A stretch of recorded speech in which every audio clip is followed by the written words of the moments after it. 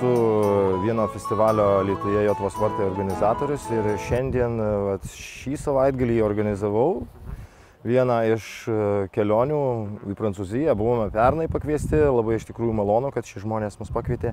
O šiemet vėl esame 18 žmonių grupė, iš jų dalis yra šokėjai, muzikantai ir įvairūs amatininkai. Šią šventę sužinojau apie šią idėją iš savo draugų vietinių, kurie gyvena šiame miestelėje. Ir teko aplankyti kaip lankytojai ir labai patiko. Todėl kilo ši mintis suorganizuoti trupę iš Lietuvos ir atsivežti ir parodyti baltiškus amatus ir visą virtuvę ir taip toliau.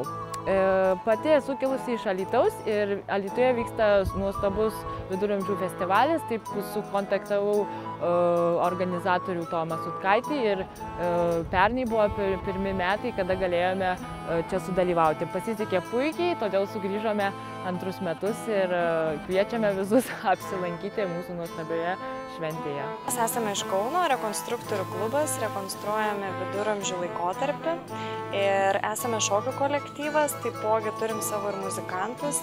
Tai atvažiavome čia į Prancūziją, tiesiog buvom pakviesti dėl savo šokių programos, dėl kostiumų, kadangi mūsų kostiumai tikrai yra autentiški ir nenaudojame jokių pakaitalų ar sintetinių medžiagų. Pasirodymai mūsų irgi yra orientuoti daugiau supažindinti žmonės su viduramžių praeitim, tai dėl to mus ir pakvietė į šį festivalį.